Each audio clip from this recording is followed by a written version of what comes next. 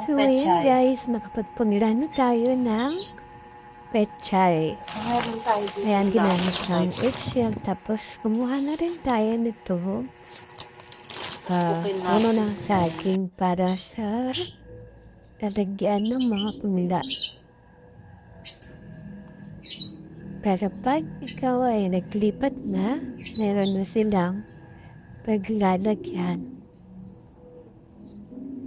Ayan, so nailipat na yan isa-isa. Ready for ano na siya. Nagpapalaki. Growing na siya. Hindi na dapat siya magalaw. Dapat ang paglipat ng mababali yung katawan. Tsaka yung ugat. So, yun lang guys. Thank you for watching.